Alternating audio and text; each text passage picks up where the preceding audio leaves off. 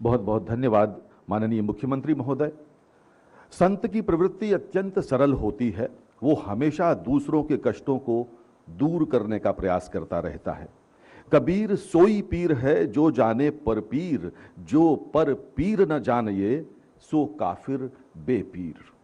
अब समय है अपनी सादगी के लिए विख्यात, संत हृदय, सादा जीवन, उच्च विचार के आदर्शों को जीने वाले माननीय राष्ट्रपति महोदय के संबोधन का।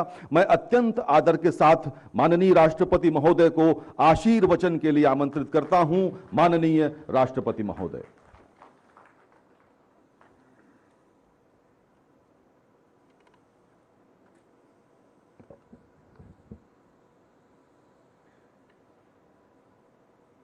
संत कबीर एकेडमी और रिसर्च सेंटर के लोकार्पण के अवसर पर प्रमुख रूप से उपस्थित उत्तर प्रदेश की राज्यपाल श्रीमती आनंदीबेन पटेल जी, प्रदेश के मुख्यमंत्री योगी आदित्यनाथ जी, प्रदेश के संस्कृति मंत्री श्री जयवीर सिंह जी, संत कबीर नगर से निर्वाचित सांसद श्री प्रवीण निषाद जी, महंत श्री विचार दास जी, खलीलाबाद से निर्वाचित विधायक श्री अंकुर तिवारी जी, अन्य विशिष्टगण, इस सभागार में उपस्थित सभी देवियों और सज्जनों, साहेब बंदगी। संत कबीर एकेडमी और रिसर्च सेंटर के लोकार्पण के अवसर पर आज कबीर साहब की पूर्णभूमि मगहर में आप सबके बीच आकर मुझे अत्यंत प्रसन्नता हो रही है। अपने सार्वजनिक जीवन के दौरान मुझे संत शिरोमणि कबीर से जुड़े अनेक स्थलों की यात्रा करने का सौभाग्य प्राप्त हुआ था। उदाहरण के लिए, जब मैं बिहार का राज्यपाल था तो मुझे वाराणसी स्थित संत कबीर की तपस्थली के दर्शन करने का सुअवसर प्राप्त हुआ था। भारत के राष्ट्रपति के रूप में वर्ष 2017 में मध्य प्रदेश के भोपाल में आयोजित कबीर महोत्सव में और इसके बाद वर्ष 2018 में मध्य प्रदेश के सागर में स्थित कबीर आश्रम के कार्यक्रम में शामिल होने का भी मुझे अवसर प्राप्त हुआ। उसी वर्ष हरियाणा के फतेहाबाद में संत कबीर प्रकटोत्सव में मैंने भी सहर्ष भाग लिया था। इन अवसरों पर मैंने देखा कि संत कबीर के अनुयायियों का भारी उत्साह बहुत था और आज भी मैं देख रहा हूँ बड़ी संख्या में यहाँ उपस्थित आप सभी लोगों का उत्साह, समर्पण और लगन देखकर मुझे गौरव की अनुभूति हो रही है। देवियों और सज्जनों, मेरे लिए ये अत्यंत हर्ष का विषय है कि वर्ष 2003 में मेरे पूर्ववर्ती राष्ट्रपति डॉक्टर APJ अब्दुल कलाम ने यहाँ आकर कबीर चौरा के दर्शन किए थे। ठीक 4 वर्ष पहले प्रधानमंत्री श्री नरेंद्र मोदी जी ने इस रिसर्च सेंटर की आधारशिला रखी थी। उस परियोजना को पूरा होने पर आज यहाँ कबीर साहब की चित्र प्रदर्शनी, ऑडिटोरियम, पुस्तकालय और शोधार्थियों के लिए आवास आदि का लोकार्पण करते हुए मुझे अत्यंत प्रसन्नता हो रही है। आज विश्व पर्यावरण दिवस का शुभ अवसर भी है।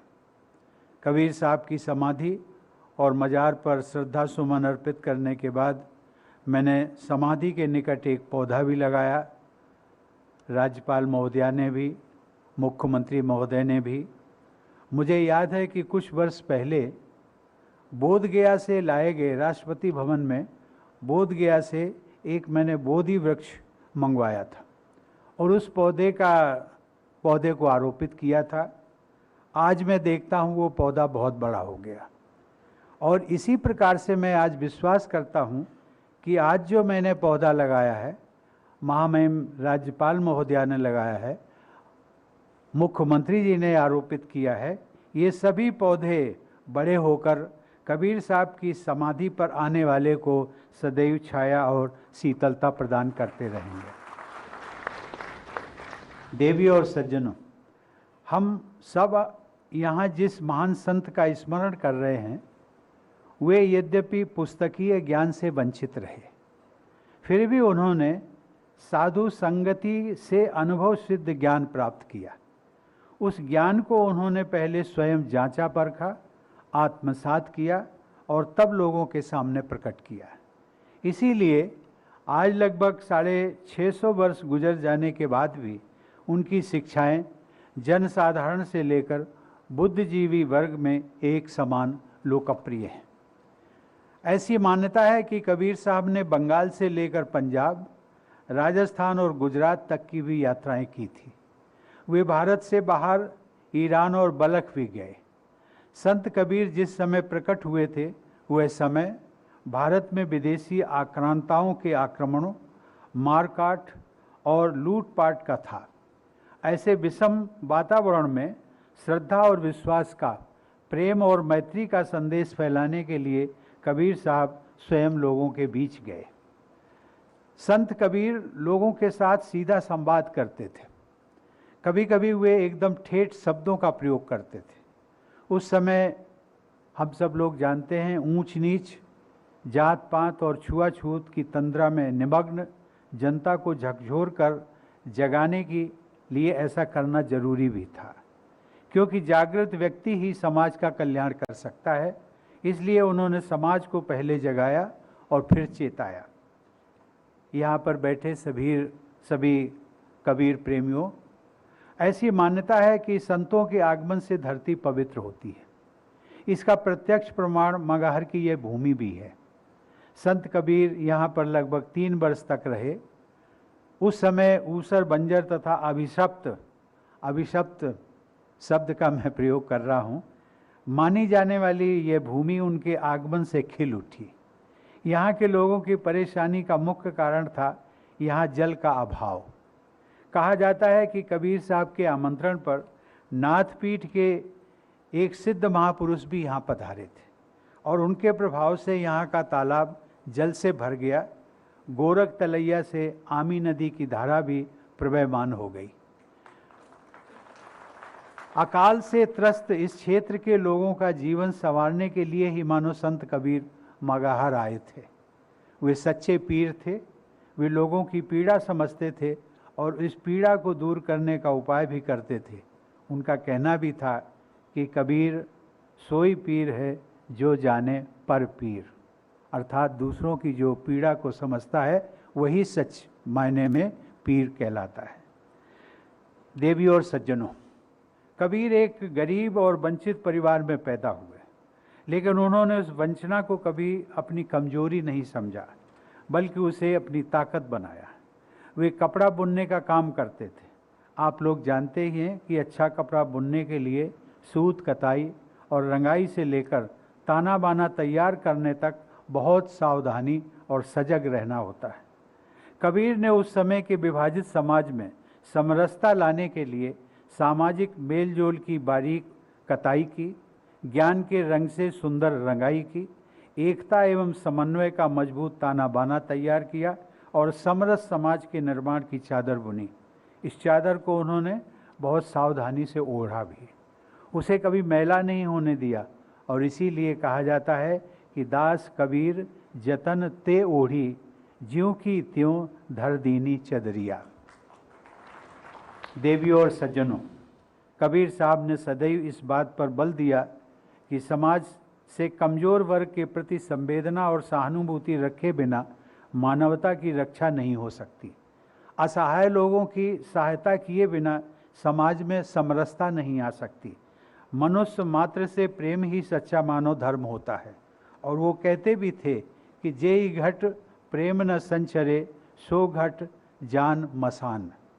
उनका पूरा जीवन मानव धर्म का श्रेष्ठतम उदाहरण है। उनके जीवन में भी सांप्रदायिक एकता का संदेश छिपा था। आज एक ही परिसर में कबीर की समाधि और मजार बनी हुई है। सांप्रदायिक एकता की ऐसी मिसाल दुर्लभ है। भारत का यह सौभाग्य रहा है कि समाज में समय समय पर उत्पन्न हो जाने वाली कुरीतियों और असमानताओं को दूर करने के लिए ऋषि मुनि, आचार्य, सद्गुरु, समाज सुधारक और संत प्रकट होते रहे। इसी परंपरा में संत कबीर ने अपने युग में प्रचलित अनेकानेक विचारधाराओं को समन्वित करके उन्हें सहज लोकवाणी में प्रस्तुत किया। हमारे समाज ने उनकी वाणी और शिक्षा को दिल से स्वीकार किया। यह देश हमेशा ही अपने में सुधार के लिए तत्पर रहा है।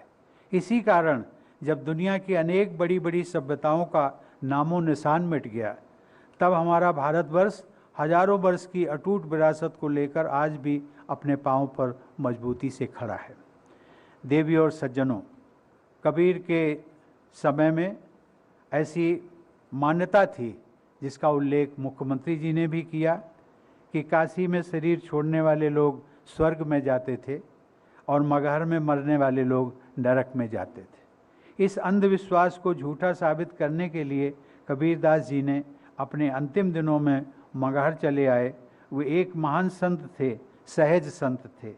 सहज होना वास्तव में बहुत कठिन होता है। आसक्ति आसानी से नहीं छूटती। कबीर साहब कहते थे कि सहज सहज सब ही कहें, सहज न चीन्हे कोय, जिन सहजे विषया तजी, सहज कहीजे सोए। सही माने में जो उन्होंने संदेश दिया था वाराणसी से मगहर आकर के, वो संदेश एक यही था कि किसी स्थान पर रहने, निवास करने और वहाँ पर उसको कर्म भूमि बनाने मात्र से न तो आप स्वर्ग जा सकते हैं न नरक जा सकते हैं। ये सब कुछ निर्भर करता है आपके व्यक्तिगत आचरण पर। आपका आचरण अच्छा होगा तो आप किसी भी स्थान पर चले जाएंगे, वो स्थान भी स्वर्ग बन जाएगा। संत कबीर ये मानते थे कि ईश्वर कोई बाहरी सत्ता नहीं है, वो तो कण कण में व्याप्त है। उसे बाहर क्यों ढूंढा जाए, वह तो हमारे अंदर है। बिल्कुल उसी तरह जैसे कस्तूरी का वास हिरण की नाभि में होता है। कस्तूरी कुंडली बसे, मृग ढूंढे बन माहे, ऐसे ही घट घट राम हैं दुनिया देखत नाए। कबीर ने समाज को समानता और समरसता का मार्ग दिखाया। उन्होंने कुरीतियों, आडंबरों और भेदभाव को दूर करने का बीड़ा उठाया और गृहस्थ जीवन को भी संतों की तरह जिया। निकट अतीत में वैसा ही जीवन संत रविदास और गुरु नानक ने भी व्यतीत की है। संत कबीर की पवित्र वाणी ने सुदूर पूर्व में श्रीमंत शंकर देव से लेकर पश्चिम में संत तुकाराम और उत्तर में गुरु नानक से लेकर छत्तीसगढ़ में गुरु घासीदास तक को प्रभावित किया। देवी और सज्जनों, मुझे प्रसन्नता है कि राज्यपाल के रूप में उत्तर प्रदेश को श्रीमती आनंदीबेन पटेल का निरंतर मार्गदर्शन प्राप्त हो रहा है। वे संत कबीर की शिक्षाओं के अनुरूप अपने आचरण से सामाजिक कुरीतियों को मिटाने के लिए सजग प्रयास करती रही हैं। वहीं मुख्यमंत्री योगी आदित्यनाथ जी भी एक और अंधविश्वास एवं गैर बराबरी को दूर करने के लिए निरंतर प्रयासरत हैं और दूसरी ओर जन कल्याण के कामों में भी दिन रात जुटे रहते हैं। संयोग से आज योगी आदित्यनाथ जी का जन्मदिन भी है। मैं उन्हें बधाई देता हूं और उन्हें उनके दीर्घायु और यशस्वी होने की कामना करता हूं।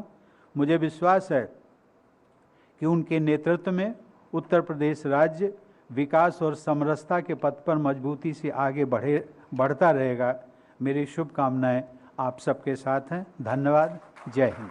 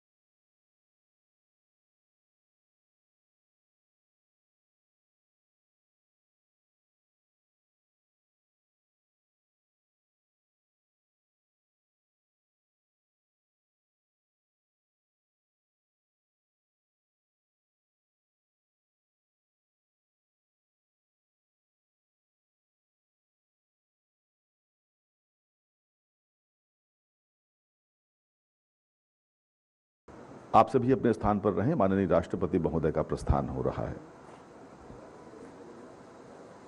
अपने स्थान पर आप बैठ जाएं। लगभग 5 से 7 मिनट के बाद आप सब इस सभागार के बाहर जा सकेंगे।